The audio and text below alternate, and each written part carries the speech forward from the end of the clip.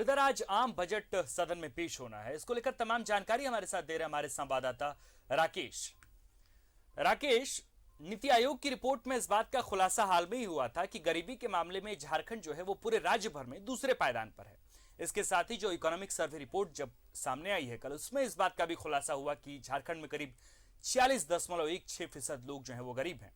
तो सवाल यह है कि हम जब झारखंड के स्वर्णिम होने का सपना देख रहे हैं, उसके भविष्य का सपना देख रहे हैं, ऐसे में इतनी गरीबों की संख्या के साथ इस सपने को कैसे साकार किया जा सकता है? देखिए, राज्य सरकार कई सारी योजनाओं के माध्यम से इसे पाटने की कोशिश कर रही है। आप देखेंगे कि धोती साड़ी योजना की शुरुआत की गई, पेट्रोल पर राज्य सरकार जो है वो सब्सिडी दे रही है। तो कई सारी योजनाएं हैं जिसके तहत सरकार इसे पाटने की कोशिश कर रही है। हालांकि कई क्षेत्रों में राज्य सरकार को और काम करने की ज़रूरत है और सरकार के पास चूँकि बहुत आर्थिक तौर पर सरकार उतनी मजबूत नहीं है। कोरोना काल में आपने देखा होगा कि पिछले 2 साल से लगातार सरकार जो है वह संघर्ष कर रही है। केंद्र से भी जिस तरीके का सहयोग राज्य सरकार को मिलना चाहिए था आर्थिक मोर्चे पर, वो सहयोग नहीं मिल पाया है। कोयले का बकाया है, पानी का बकाया है, जीएसटी का बकाया है, कितने सारे बकाया हैं जो केंद्र से राज्य को मिलना था, वो राशि नहीं मिल पा रही है। तो कहीं ना कहीं बड़ी चुनौती तो है राज्य सरकार के समक्ष और इसी चुनौती के बीच राज्य सरकार जो है आज अपना आम बजट पेश करेगी, जिसमें गांव, गरीब, किसान, हर तबके को छूने की कोशिश होगी। क्योंकि वित्त मंत्री से जब हाल में बातचीत हो रही थी तो उन्होंने कहा था कि मिडिल वर्ग जो सबसे ज़्यादा प्रभावित होता है उस पर कहीं ना कहीं सरकार का ये जो आम बजट है वो फोकस होगा।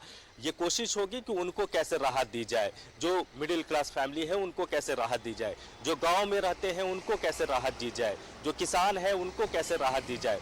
क्योंकि किसानों के कर्ज माफी का भी मसला है, उसके लिए भी राज्य सरकार को पैसे की ज़रूरत है।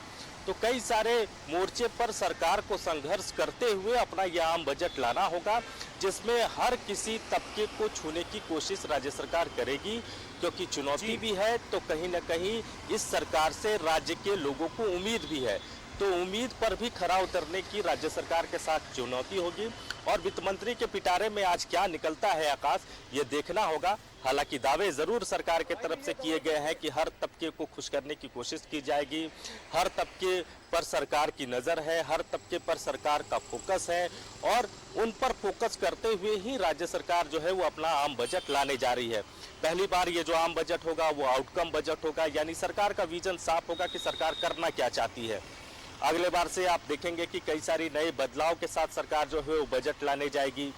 लेकिन मौजूदा वक्त में सरकार के समक्ष जो चुनौतियां हैं, कोरोना से लड़ते हुए जिस तरीके से सरकार ने खुद को खड़ा किया है, अब राज्य की जनता को इस सरकार से बेहद उम्मीदें हैं और उसी उम्मीद पर राज्य की सरकार को खड़ा उतरना भी है। आकाश। राकेश, एक सवाल तो यह भी है कि झारखंड के जो आर्थिक विश्लेषक हैं वो सहर्ष स्वीकृति से इस बात को स्वीकार करते हैं कि झारखंड जो है वो कर्ज में डूबा हुआ है। जितना बजट है इस राज्य का, करीबन उतना ही जो है वो कर्ज है और इतना कर्ज है कि अगर एक व्यक्ति भी राज्य की तरफ से कर्ज देने के लिए सामने आए तो करीब 26,000 रुपए का कर्जदार हो जाए।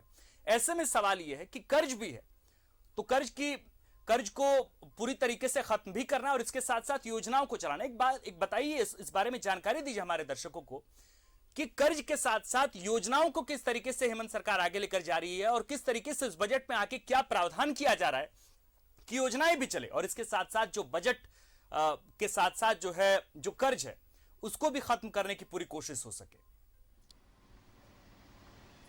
देखिए, प्रति व्यक्ति जो कर्ज है, जिस बात का आप जिक्र कर रहे हैं, वो कर्ज को पाटने की चुनौती तो है ही सरकार के समक्ष। कैसे कम किया जा सकता, पूरी तरीके से तो खत्म नहीं किया जा सकता, ये आपको भी पता है। क्योंकि केंद्र की तरफ से भी अगर आप आंकड़े को उठाकर देखें तो वहां भी आपको नजर आएगा कि हर भारतीय के समक्ष एक मोटा कर्ज है। तो उसी तरीके से राज्यों के भी अपने चूंकि एक लिमिटेशन है, उसी लिमिटेशन के बीच राज्य और केंद्र के सहयोग से ही राज्य चलता है।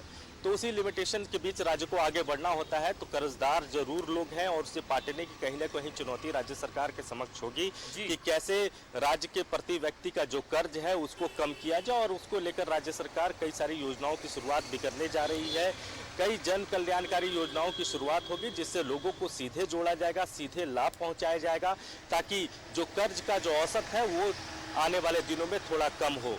सरकार की कोशिश जरूर है कि कल्याणकारी योजनाओं से राज्य की जनता को जोड़ा जाए, लेकिन इसके लिए फिर से वही बात मैं कहूंगा आकाश कि पैसे की जरूरत है और राज्य का जो राजकोषीय घाटा है वो कहीं ना कहीं बढ़ा हुआ है। इस कोरोना काल में सरकार के पास राजस्व के सीमित साधन थे, बहुत ज़्यादा ऑप्शंस थे नहीं। उसी ऑप्शंस के बीच में राज्य सरकार किसी तरीके से इंफ्रास्ट्रक्चर बिल्डअप करते हुए आगे बढ़ने की कोशिश कर रही है।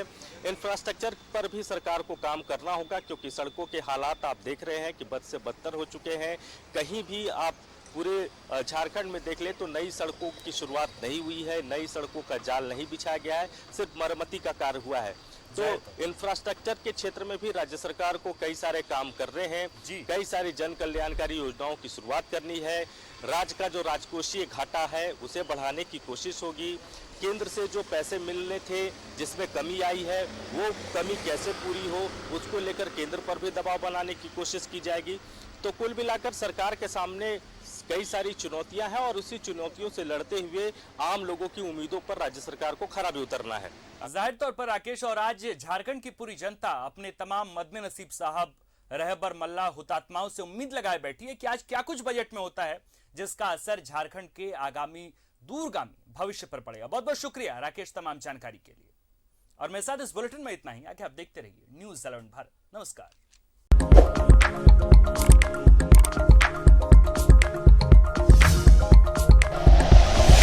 Like and share videos, subscribe करें हमारा चैनल और प्रेस करें बेल आइकॉन। न्यूज़ 11 भारत, सच है तो दिखेगा।